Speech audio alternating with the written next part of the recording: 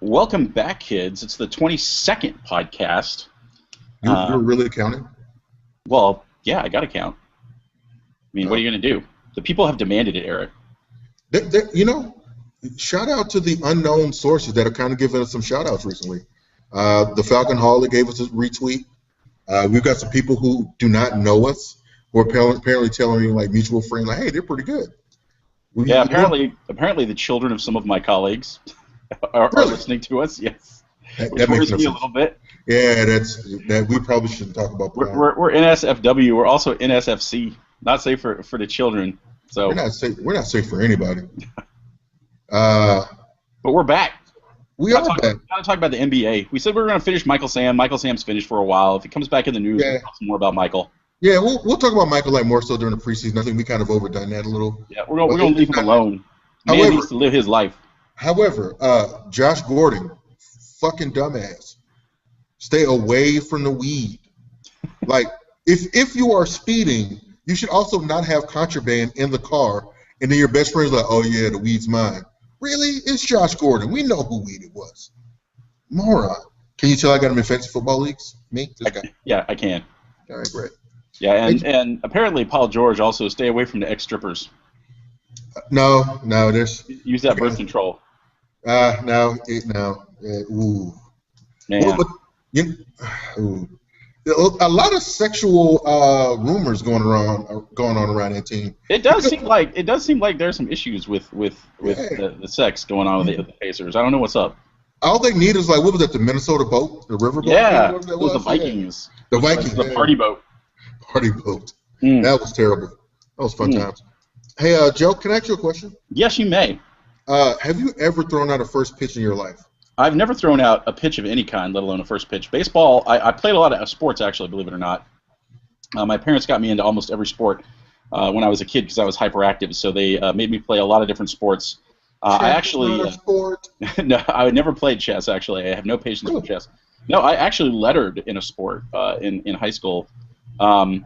But my dad coached a lot of different sports. I played a lot of different sports. Baseball was the only sport that I can think of off the top of my head that was one of the normal sort of sports you played as a kid that I never played in an organized fashion. So I've never thrown out a pitch of any kind. I have thrown out a pitch. I'm sorry, not thrown a pitch. I have thrown a pitch. I pitched.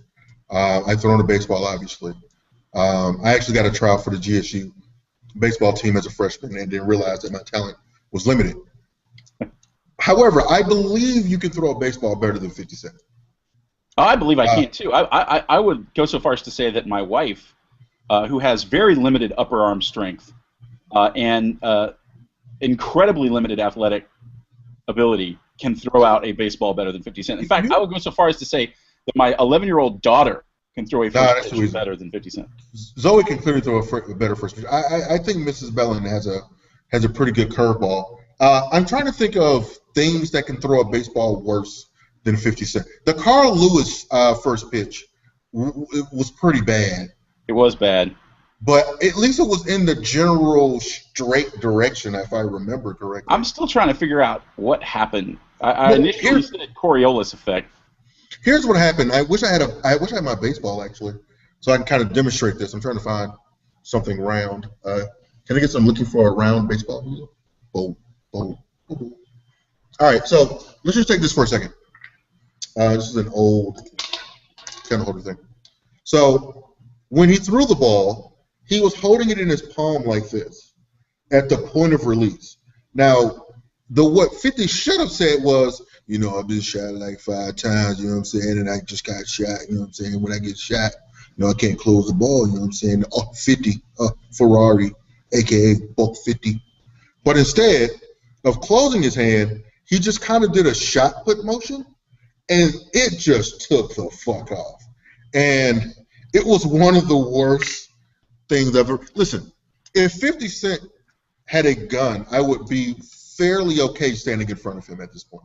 Yeah, the worst part is that since this pitch, they've actually charted where his pitch went and compared it to other celebrity first pitches. Really? And it is the worst celebrity first pitch of all time. Now, is it worse than Carl Lewis? I don't remember Carl Lewis. It's weird because the chart that I've seen, I think it's just at that particular ballpark. They've charted it against all the other celebrity first pitches at that ballpark, and it's worse. I It think is the worst celebrity first pitch at that ballpark. Now, I can't tell you if it's the worst celebrity pitch of all time because they haven't charted against all those other ones because they just don't have the comparative data. Shout out to Nate Silver. Obviously, you need to get on this. Nate Silver. Your predictive powers have not been great of late, but this is definitely a big data question for you. This is definitely worthy of your talent. So we're gonna have to put Nate on this question. But Nate, you clearly need to get on this and see exactly who had the worst celebrity first pitch of all time. But that is got to be one of the worst things I've ever seen.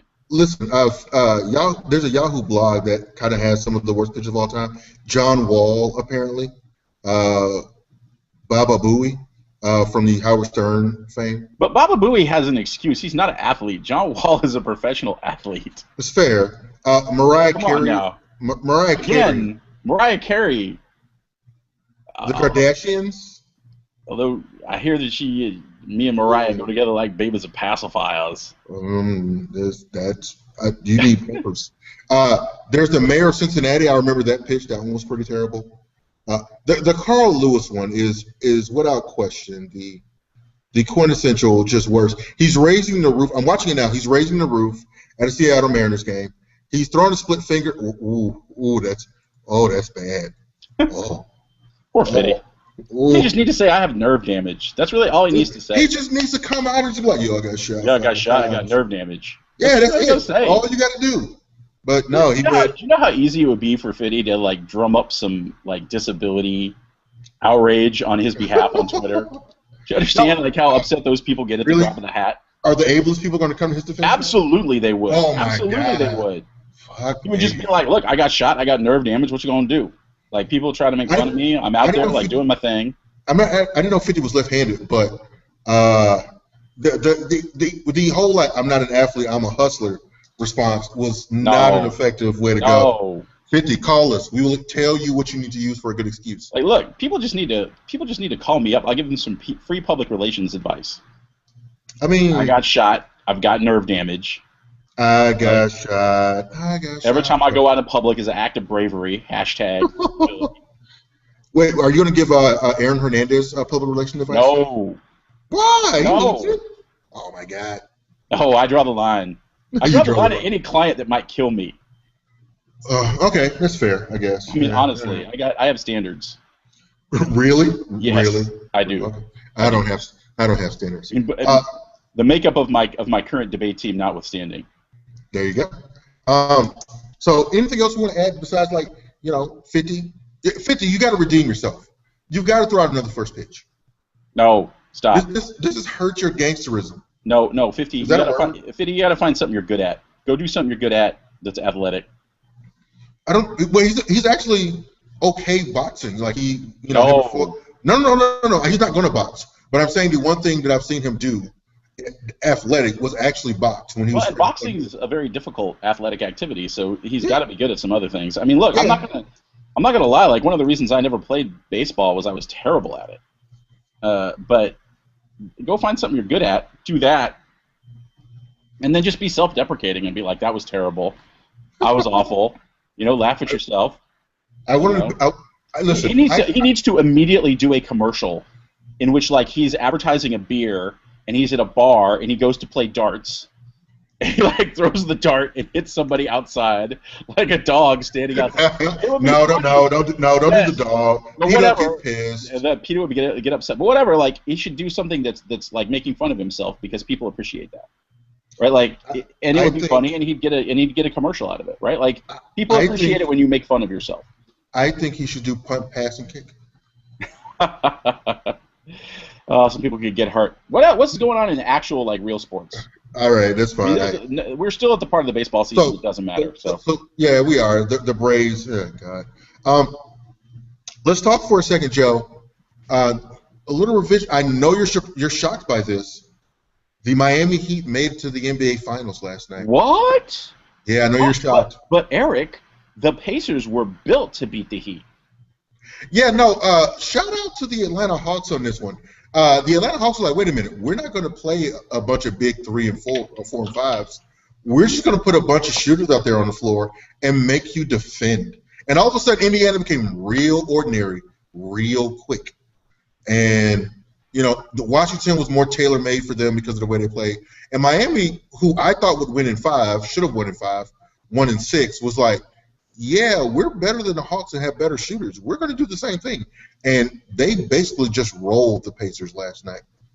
Yeah, it's funny to me because there's a couple of things that this playoffs, there's several things, sort of 3 things that pop to my mind about what the playoffs have demonstrated so far. One of them is that the playoffs are about matchups, and I think that's something we all know, but people forget every year because they get sucked into the long season and they're like, oh, well, look at all these records that we can look at. But playoffs are about matchups. That's the first thing. Yeah. Secondly, is coaching matters a lot in the playoffs more than you'd think it would. And these coaching sort of matchups matter a lot. I think that's something that you're seeing out west. The sort of coaching adjustments that go on. 5 straight blowouts, though. Okay, go ahead. Well, I think that's one of the reasons why that's true. So you've got, matchups make a lot of difference. Coaching makes a lot of difference. And then just the ability of great players to kind of exert themselves in key situations matters a lot. And as a result of that, there's a lot more parity in the league than you necessarily would have thought. And that's because there's parity. Well, at the top, there's just here's what made me think that. I agree with you that the Heat should have won in 5. And in fact, it was funny. I was watching that game, and the Pacers were kind of doing well early, but not crushing the Heat. No. And I said, well, this game's over. I said the Heat's whole strategy in that game is stick around. At the end of the game, LeBron's going to exert his will, and that's going to be that. I thought Bosh was going to make that shot. Well, but then LeBron can't exert his will at the end of that game, right? Like, he's not around to exert his will in the way that they thought he was going to, and as a result of that, you get Game 6. Right, which I think everybody and their mother knew what was coming. Yep, and that's the blowout that everybody is expecting. But then, because you don't have a ton of great players, because there's a lot more dilution of talent than there used to be, any one little thing that happens in a series can have a huge impact. You see that with LeBron gets in foul trouble, it totally changes a game, right? Ibaka gets hurt, it totally changes games. Ibaka comes back, it totally changes a game. Okay. One player does really well in a game, it totally changes a game. And it's funny because I think that, as much as he's occasionally annoying, I like Barkley's honesty as a commentator sometimes when they ask, well, why is it that they were talking about the San Antonio Oklahoma City series, and he's like, well, why is that a blowout? Why is this a blowout? And he says, sometimes I just don't know, because the answer is that player played really well today. Right, and the other player didn't. The other player didn't. Whereas in the past, there's a concentration of talent, and that talent's consistent, and you can look at those players and go, oh, well, that team's just better than that team. And in the early rounds of the playoffs, you can say that's true. Yeah. Although there's still a lot of matchups, right? Like you said, the Hawks matched up really well against the Pacers. Right. But there's so much dilution of talent that in the especially with, like, for example, Wade kind of not being Wade as much this year, and Bosh not having a great series, and some of the role players in the Heat not being as good as they have in the past, that one little thing makes such a big difference in some of these series, and you can have little tweaks in a particular game or one player's performance that can really change the makeup of a particular game and thus a series. So it's interesting to me to watch that part of it. I won't harp too much on it. I agree with some of the things you said. I think it's matchups, number one. Yep. But I also think that it's because it's a series. Like, everyone I said it throughout the entire playoffs, and shout out to Tony Powell who didn't believe me. I said the NBA season doesn't start till the conference finals because I said it's going to be Indiana, Miami, OKC, and San Antonio, and you called me when one of those teams get upset. And some of them are on the ropes. I think San Antonio was on the ropes at one point. Oh, I don't know if Oklahoma City got threatened per se. Miami wasn't really threatened, hasn't been threatened at all in these playoffs. And of course, the Pacers are the only team that was on the brink of elimination. But because it's a 7-game series, it's much harder for those teams who are of lower talent to kind of pull off the shocking upset. If it's a 5-game series, you've got a chance. But because the NBA has now made every series a 7-game series, generally whoever has the best players on that team rise to the top. And ultimately, Miami was always better than Indiana. I'm not sure how much coaching could have helped, especially given the Lance Stevenson. Let me touch you real quick. No one can control that idiot. The one time I agreed with Bill Simmons is when he said, I thought Stevenson was an ass. And Jalen Rose like, don't get fired. And no, everyone thought the exact same thing like Stevenson. What the f are you doing? And Larry Bird, of all people, said, don't do that. And what does he do? Does it again. Yep. And I thought it demoralized the entire – I thought he should have been thrown out for the Cole hit. I thought that was legit. Yep. I thought it was excessive. Even when you watch the replay, there was not a play on the ball. I can't imagine how he thought slapping at Cole was a play on the ball. But I thought he just demoralized that team on top of the fact that Miami just came out and was like, we've kind of had enough of you at this point. Yeah. Well, and, Vogel says it, right? You shouldn't tug on Superman's cape. He said that in the press conference after last night's game. No. And, LeBron's already going to be upset because he can't put away Game 5 the way that he should have. Right, he's incapable of doing that, and well, hold on. Let's talk about that for a quick second because that along with we're doing a little bit of an audible here, but that along with the whole like who's the best small forward of all time, I kind of want to have this conversation real quick. Did you like the play that LeBron made at the end of Game 5? The pass? Yeah. I mean, that pass is all right. I don't have a problem with LeBron passing the ball at the end of the game. No one has ever had a problem with players passing the ball at the end of the game until LeBron. I mean, look, I grew up a Magic Johnson fan. So, and I still think there's an argument to be made for him being the greatest player in the history of the NBA. I'll admit Jordan has a great argument, and I'm not even going to be upset about people that think Jordan's the greatest player. But Magic started at all 5 positions and won games at all 5 positions. And I think there's an argument to be made for him being the greatest player of all time. And I know the rings, etc. Those are great arguments. Magic also played at a time when there was better competition. There was great competition. Yep. And so there's a lot of argument to be had about that. I won't dwell on it. Mm-hmm. But as someone that grew up a fan of Magic, no one ever got upset with Magic for passing the ball. That's his job. Right? And LeBron often plays that role, a role that is similar to the one that Magic played. Mm-hmm. They're even, they're even similar physically as players. It's just they have a slightly different mentality, a slightly different role. But at the end of games, LeBron often finds himself playing a role that Magic used to play. So I don't care about that.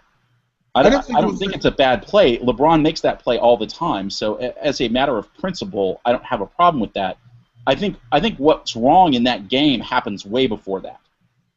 I think it's because LeBron gets in foul trouble and can't kind of put the game away earlier, which is exactly what, as I watched the early part of that game, I thought, this is what's happening. The Heat are sticking around. They're waiting for the Pacers to blow through that early energy they get from being home. And then the Heat are going to put it on them in the second half, and they're never able to do that because LeBron gets in foul trouble and can't kind of exert his will. And then when they go home, the Pacers don't have that energy. The Heat do, and you see what happens. And I felt like, what happens at the end of that game is not the problem for the Heat. The problem for the Heat is that LeBron's in foul trouble and can't really affect the game the way that he's supposed to. I think no matter what LeBron did, if it did not result in a game-winning 3, we all would get he would get criticized. He would have criticized for, he's afraid of the jumper, so that's he dumb. drove. Or they'll say, listen, hold on. Or they'll say he took the jumper, and let's say he misses the jumper, and they're like, see, LeBron can't close, clutch gene, which is one of the dumbest phrases. So dumb. Then they'll say, he's afraid of the moment. He was afraid of going to the free throw line. Listen, LeBron is like calculating things at like hyper speed. If Hibbert doesn't show to the lane, he's already blown past George. The layup is automatic at that point. It's a question of whether or not Paul George can foul him and stop the shot. Like, Bosh can make that shot. If you told any human being that had LeBron James on their team, LeBron has 5 fouls, only has 7 points, and you have the ball at the end of the game to win the game, would you take that scenario? Like, oh, absolutely. So I didn't have a big problem with it. I don't think this is close, though. Bird versus LeBron, the greatest small forward of all time. You say? At the moment, I'd say LeBron still. I mean, Bird's the greatest shooting small forward on that list. I think, and I'm a little biased. I mean, I grew up a Lakers fan when the Celtics were at their pinnacle with Bird, and I never hated Bird. I always had an incredible amount of respect for Bird. I had respect for him in college. He's not the player on that team I hated. I hated Danny Ainge. Everybody no, Danny Ainge. I loved McHale. I was a huge McHale fan. That's fine. I loved McHale. He was the player on that team. He and Parrish were the players on that team I rooted for. As much as I hated the Celtics, I thought Parrish played with a tremendous amount of dignity and control. McHale, I loved his facility in the low post. Sure. You know, they used to call him the man of a thousand low post moves, and I loved how flexible he was in the post. Bird, I just felt like he was one of those transcendent players that if you didn't respect, you didn't like the game, and you couldn't. I know a lot of people hated Bird, but I didn't see how you could hate him. He was just so good. It was Ainge that I hated. I thought Ainge was a dirty player, and he was the Bill Laimbeer of that team. I mean, as a Hawks fan, I was a Dominique Wilkins fan. Yep. So I still have on VHS tape the infamous, Game 6 or 7, the showdown between Bird and Wilkins, where it was some of the most riveting basketball you can watch, where they were just going back shot for shot for shot for shot for shot. And, you know, those Hawks teams, if they existed now, just think of those Hawks teams, they would be great. Yeah. I don't know if they could beat LeBron in the Heat, but people don't understand how great Wilkins is, but the conversation of who's the greatest small forward of all time, that one's easy. It's LeBron, and it's not close. Well, I mean, I'll tell you, two-way player. The only thing that Bird can do better than him is jump shooting. That's it. Bird was a great shooter, and Bird was, and this is a strange and free throw thing to say. Shooter. Sorry. Bird was a great shooter. Bird was a crafty defensive player, although he was rarely put on the other team's best offensive player. Yeah, he was a great opportunistic defensive player.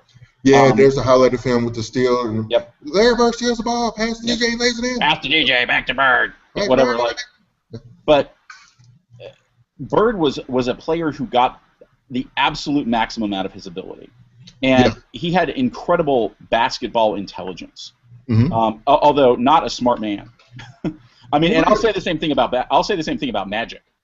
You know, although Magic has turned out to be a very intelligent businessman, I mean, you listen to Magic talk for long enough, and you're like, whoo! But that dude was a genius on the basketball court. So, like, and he and Bird were the same way. Magic also just had incredible athletic gifts, just amazing athletic gifts that Bird did not have. Bird got so much out of his ability, which is why I think so many people had so much love for him. But it's LeBron, and LeBron's not done, and we'll see if LeBron doesn't. LeBron's been improving parts of his game, but it's LeBron. Right. I mean, it's LeBron, and that's no disrespect to Bird. People act like that you're saying bad things about Bird. Bird's an amazing player. Bird was an amazing player. Listen, it's possible, and I know this happens for any other sport, that a player can come along and be better than the player you saw when you were young. Jim Brown may not be the greatest running back of all time. Especially if he played by the rules today, where you couldn't hit people with your fist in their face. Yes. And he'll say that, by the way.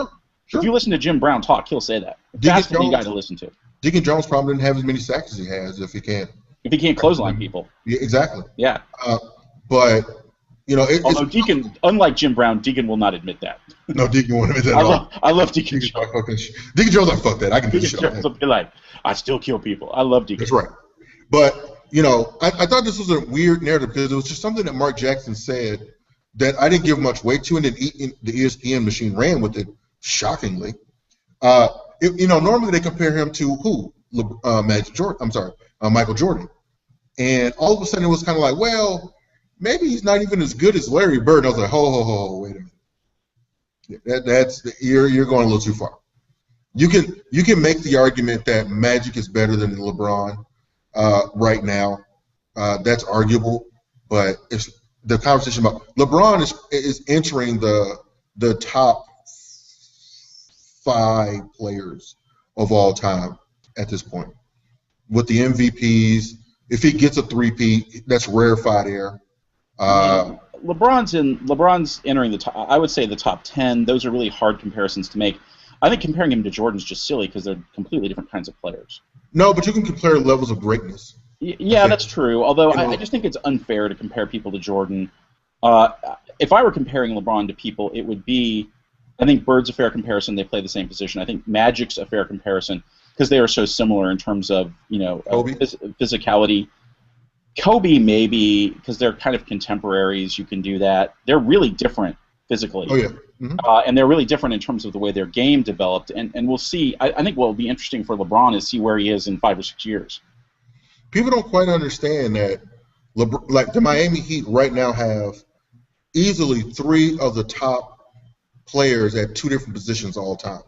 Dwayne Wade is probably the 3rd best 2 guard to ever play the NBA. And LeBron James is easily, in my opinion, the #1 small forward of all time. And who's if they win, third? Who's the third one? Who's the third? You said 3. Or did you say 2? No, I said 2 guard. Kobe's second, Jordan's first. Okay, but no, I'm sorry. How many players do you think are on that team that are 2? In the top? So Okay. they have That's 2 fair. top 3 players at 2 different positions, is what I'm saying. Dwayne Wade, I think, is a harder argument to make, but I see where you're coming from. LeBron, Dwayne's definitely in the top. We'll talk about this later. Yeah, we're kind of getting off on a tangent. Let's talk about the playoffs. The Heat are in the finals. Yep. Do you see the Spurs losing 2 games in a row to the Thunder? No, but I think it goes 7. Yeah, I actually think that's not a bad call. I think if you're a Miami if you're a Miami fan, I think you probably want OKC because of the style of play fits better. You don't want another grueling series with the Spurs, but that's probably the better series in terms of like TV audience, gameplay, and challenge. But I think ultimately the Spurs will So you think win the 7. there would be a bigger TV audience for Miami Spurs than Miami OKC? No, that's not what I'm saying. Okay. I'm saying that for the on-the-court basketball, like the challenge, like last year's series was great, maybe all-time great. The OKC series is Miami in 6 and not really riveting or competitive. Because I think Miami is structurally better than OKC. I think OKC. My issue with OKC is, and I don't know how you feel about this. I feel like not Kevin Durant, Westbrook takes every shot. Like I feel like every time I turn on the game and I look away and I look back, it's Westbrook taking a shot, and he's almost out of control sometimes, and it's weird. I think Westbrook is one of those players that can really affect the game positively for you with his shot-making ability. The problem with him is, I think he matches up. I think he matches up very poorly with the Heat defensively, and that's when his shot taking really is going to affect you negatively. Yeah, and that's the problem with him. Well, let's talk about this then. We both think the Spurs are going to win. We both think it's going to be in 7.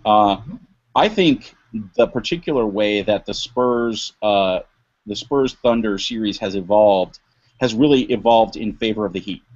Because when Ibaka was going to be out for the whole series, and the Spurs were just rolling in the early part of the series, I thought not only did that favor the Spurs, obviously, in terms of getting to the finals, I thought that favored the Spurs in terms of whether they would win the finals. I thought at that point that if the Spurs rolled through the Thunder in 4 or 5 games, then regardless of what happened with the Heat and the Pacers, that I would say that the Spurs were going to win the finals because I thought they would be rested.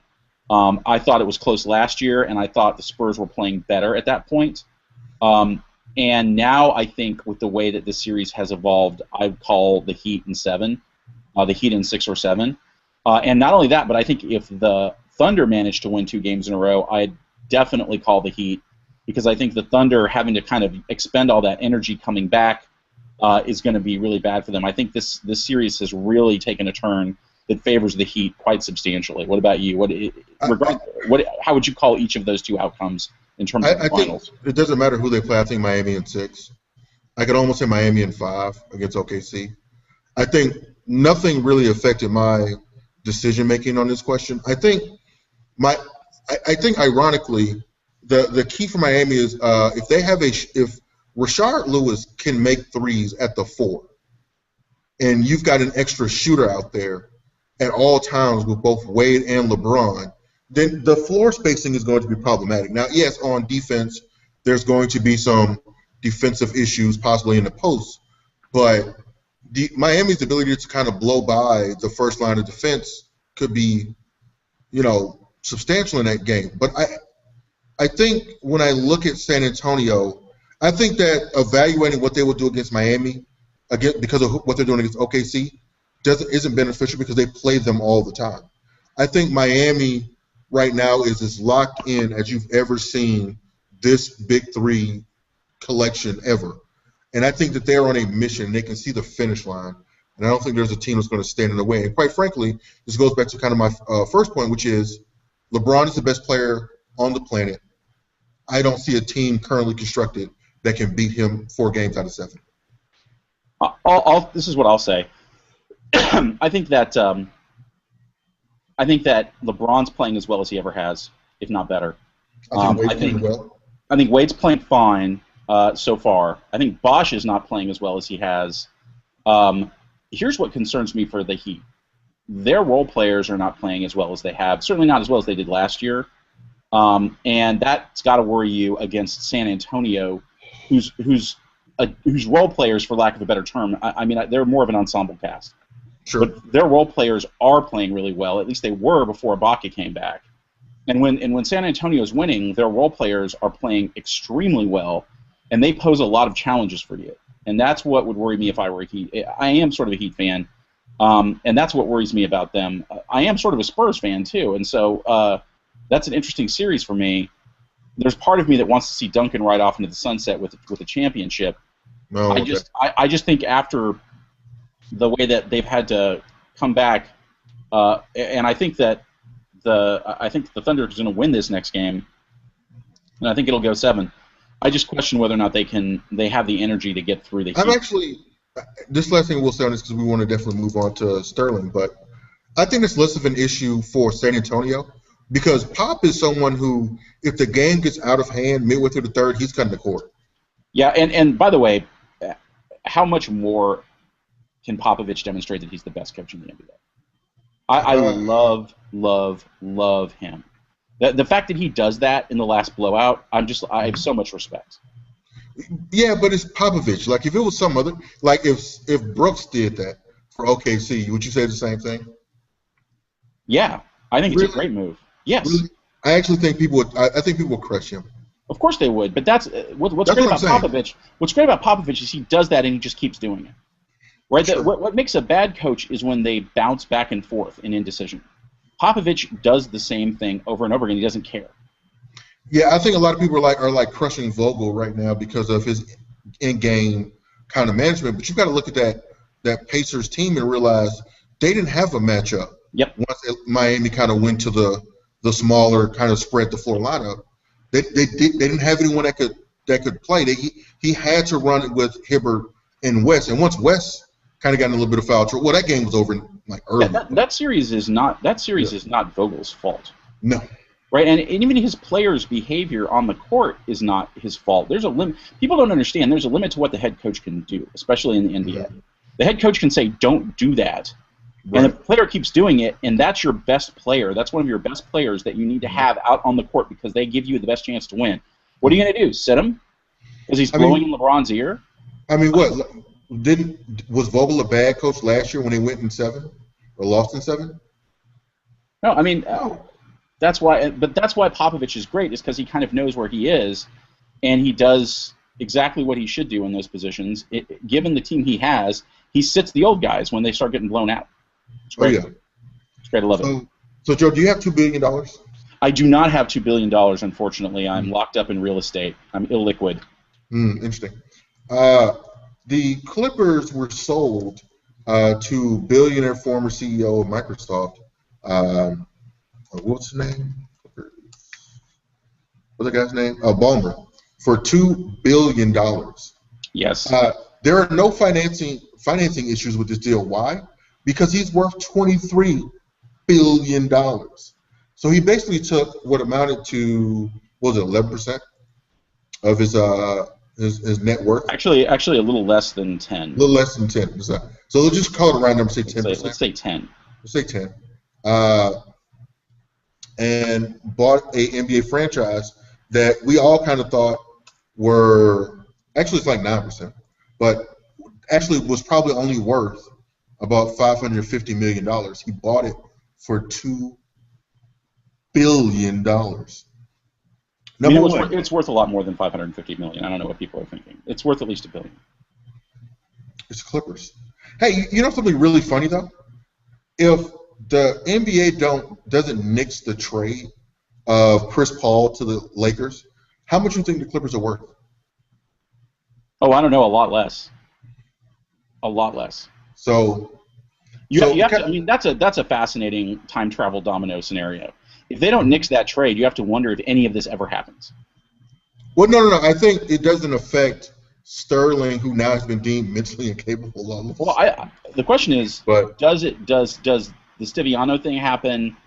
You know, does anyone pay attention to it? Yeah, they'll pay attention. Like there's a whole. I don't know, but that's a great time travel question. But whatever. So sure. So the team has been bought for $2 billion, which is almost certainly a massive overpayment.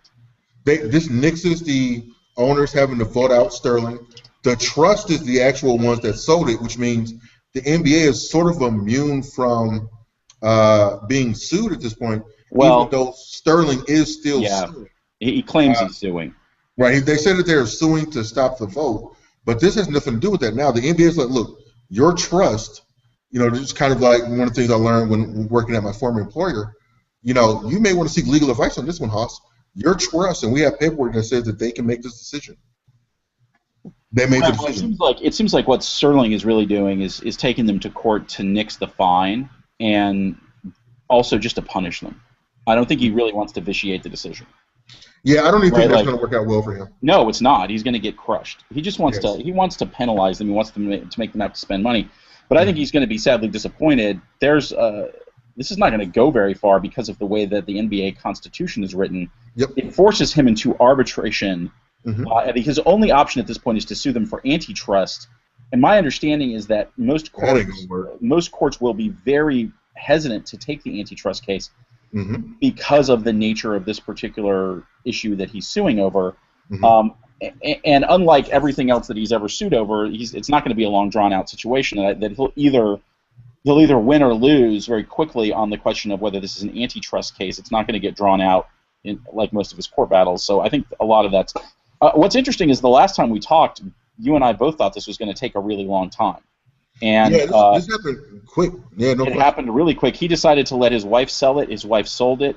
The other thing I think is really interesting and also kind of unfortunate is that the fact that this guy paid $2 billion, which is a massive overpayment for this franchise, and that he did it out of his pocket, basically. Like, $2 billion? Let me see. Let me get that. Do I have that in my pocket somewhere? Oh, no, let me look at my wallet. That means that the league doesn't sell this to a minority-owned franchise, a minority owner, and it means they don't have to defend their decision not to sell it to a minority owner because it was such a gross overpayment. Right. No one could. Why didn't you sell it to a minority owner? Because the dude paid $2 billion in cash. It's right. So no one has to defend that. No one has to say, well, there were a bunch of great bids. Came close to that. I think the group that had Oprah in it, I think, was at 1.2, 1.6. Yeah, but then the owners can just say, well, you know, if they had another $800 million, right? You know, then and that's really unfortunate. It is that's the way it works. Let me just say this. For all you rappers out there, you know, doing videos and songs about how you live the baller life, and I think there was this one person that said, I got like 5 figures in my bank account. Terrific. Let me just explain this to you. And I forgot who it was that, like, when Drake said the first million is the hardest, then it's like Billionaire came on, who follows Drake for some reason. He's like, no, the first billion is the hardest. You ain't balling unless you can just whip out $2 billion to buy something. That's not a Learjet. That's not a Maybach.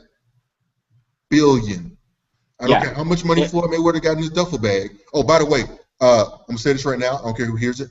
Floyd Mayweather, if in a fight, will beat the shit out of T.I. Yeah. But what are you, he's a professional.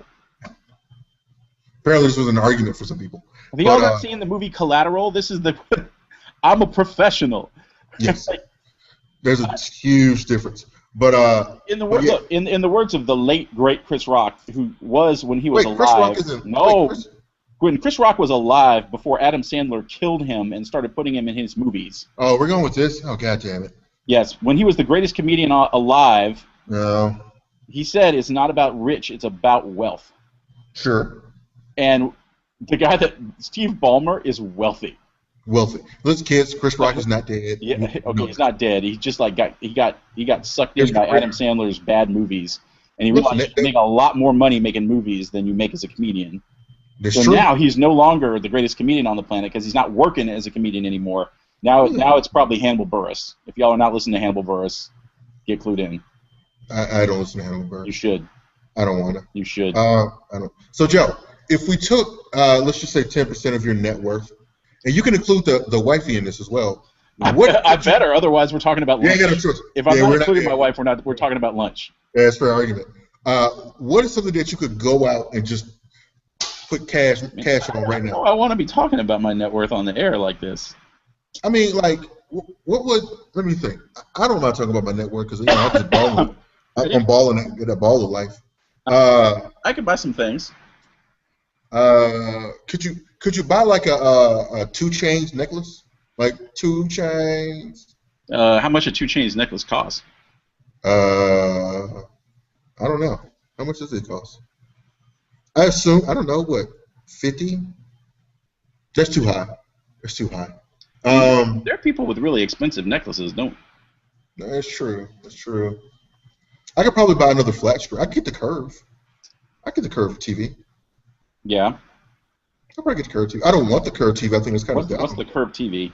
How much does that cost? You haven't seen the Curve TV? I think it's the new one where it's like the Ultra HD. Whatever. So you're asking me what 10% of my net worth is. Are you asking me what less than 10% of my net worth I'm actually what less than 10% of your worth. Like, what's something that you could just, like, if you wanted to be a rapper and a baller for a day, and you wanted to just go out and just, like, you know what? Fuck that. And blow 10% of my net worth on something. Yep, like, but fuck that. Honda Civic. Let's roll out. I mean, I could buy a car with cash. By the way, the first thing I get when I look for a Curve TV, I put in Curve and it's Curb Your Enthusiasm. Yeah, isn't it Curve? Not is it Curve TV? I thought it was Curve. I think it was Curve. Yeah, there it is. There it is. Like it's curved. No, I hadn't gotten to the... Not curb, like I found that television on the curb. Really? Yeah. You sure about this? I mean, I'm just guessing. I don't know. But curb television does not sound like an appealing thing I want in my house. Would you want a car called the Sloth? I don't know. The Sloth kind of cool, though. It sounds comfortable. Right. It sounds comfortable. It does. It's not like the seats are very comfortable. I'd be like, I was in my. Sorry, officer. I might have fallen asleep because I was in my Sloth. I was in my Sloth. Hold up. Although some people that know me would say that was really good. The Sloth was in you, actually. Very comfortable. No, I can buy a car. I mean, I can buy most cars. Depends on how much it is, but yeah. But the real question is, Joe. I'm doing all right, Eric. Would you buy the other a Coke? Never buy the other a Coke. I learned that. Interesting. All right, so combine myself and Joe Bellin can buy a car with rims. What side? I'm gonna buy a car with rims. Rims? Does anyone even have rims anymore? Yes. I thought that's out. Joe, I need you to go pick up your daughter in a Cutlass Supreme on 36. Just go ball on 36. I used to drive a Cutlass Sierra. Living that baller. I used to drive a Cutlass Sierra, but it was made during the period of time when all the engines were faulty. So if you slammed on the brakes, it just cut out. None of that sounds good. No, it was bad. None of that sounds good. All right. 57 Cutlass Sierra kids, don't buy them. Really quick, Joe. There's a conversation myself and Tony Powell. Shout out to Tony Powell, TPATL, top of ATL. I'm sorry, on Twitter. We're having a conversation about whether or not the Hawks, prior to the Stevenson antics, they were talking in Atlanta that the Hawks would make a run for him because they viewed him as a guy that could be like the next Harding because he led the league in triple doubles and he was kind of that playmaker. Now maybe not so much because the antics and he looks like a buffoon. The rumor was the conversation we had was whether or not you would trade Jeff Teague for him, which is the natural fit considering the Pacers don't have a point guard. Well, the Pacers it's a natural fit for them. I think it's a natural fit for the Hawks, depending on Dennis Schroeder's development. Who's our point guard?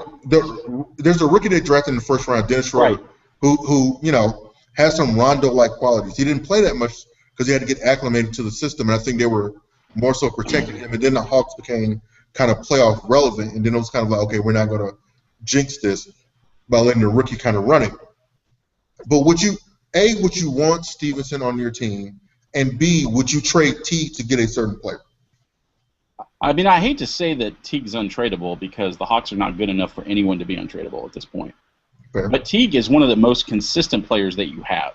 Would you trade Horford? Yeah. Really? Okay.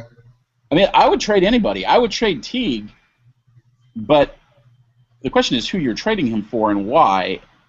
All right, let's run down a list real quick. Would you want Kevin Love on your team? Yes. Okay. You're goddamn right. Would you trade Al Horford for him? Yes. Okay. Who would I not trade for Kevin Love? I don't know if Kevin Love makes the Hawks marketably better. What? I don't know if that makes them. I don't think that makes them marketable. What? No, it doesn't make them marketable. They're not getting out of like the first, second round. Like, wait, a lineup of, let's just put those out there. Teague, let's assume it's James Young, who the Hawks draft. Millsap plays the, well, who plays anyone that we have. Wait, time out. No. Where do you play Kevin Love? Because that's the same position Millsap whatever plays. City that we're playing in? No, position. I don't care. Power forward or center, it doesn't matter. I don't think that makes sense. I mean, I do think he's a little small to be center. I think his natural position is power forward. I think he's a better version of Millsap, granted. But I hope so. But I don't think that statistically he's like the third or fourth best player in the league. I don't think no one thinks he's the third or fourth best player in the league. Really? No. Wait. All the advanced. Would you rather have Melo or Kevin Love on your team? Kevin Love. You are high and out your mind. Wow, that's good. Wow. Melo? Wow. Wow, you like Melo. Wow, I can't believe this. I'm not putting you in charge of teams if you like Melo. Wow, you were. There's a long list of players I'd rather have than Melo. Don't ask me about Melo. Ask me about somebody who has a record of making teams better. Would you rather have Melo or Joe Johnson? Oh God, no. I don't know. Pick your poison. Pick it now. Who's got the smaller contract? Neither. Melo. God. Melo. I'll take Melo out of those two. That's how much I hate Joe Johnson, because I think here's what I'll say about Melo. And this is the kindest thing I've ever said about Carmelo Anthony in my entire life. I think he may be getting so sick of losing at this point that he might actually want to win. I think that Atlanta, and that would be the first time in his career. I think there's a scenario where if Melo was in our Hawks, given certain other players, that they could be really, really good.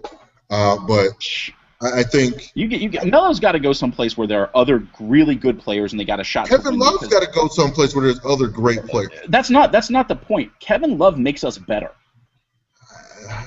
Melo does not make us. It makes us smaller. I think the only we're already better than where Kevin Love is now. Well, that's not saying much. Yes, but the Hawks are only just barely better than where Melo is now. And Atlanta? You want Melo to come to Atlanta? One of the few cities where there are more distractions for him than New York. Do you not want to see Lala? I like Lala. Well, I do want to see Lala. Lala want to see me too, even though she doesn't know it. She doesn't. She does want to see Lala. If you only knew, sweetie, I have skills. Ew! What the fuck face is that? Oh my God! Everyone just turned away and vomited. Look, we've gone off track here. Okay, but Stevenson. Let's focus on Stevenson real quick. Is Stevenson someone that you would want on your team? I say no. Hold on, I got a call. You got a call? I may have to take a call back in just a second. Is it Ghostbusters? No. I'm gonna have to cut our conversation short. We may have to do another podcast here in just a minute. Joe Bellin taking 976 calls. Is it still 976? What's 976? What is that? Isn't that the what's that like the porn numbers? What was it, 976? All right. All right. Well. All right. Well, let's move ahead real quick. So right. we were going to do the mock draft. For those of you not aware of this, it's build your all-time NBA franchise. We'll do the mock draft as a separate podcast. You want to do the podcast separate? Yep. Joe, apparently Lala really wants some of Joe because all of a sudden I said Lala live and then my phone rang. I'm not saying it's not Lala. That's tremendous. All right. So we'll do a second podcast with the NBA Finals podcast, and also we'll do a podcast with the all-time NBA team. Yep. Just remember, my team is better. All right. All right, kids. Take care. Bye.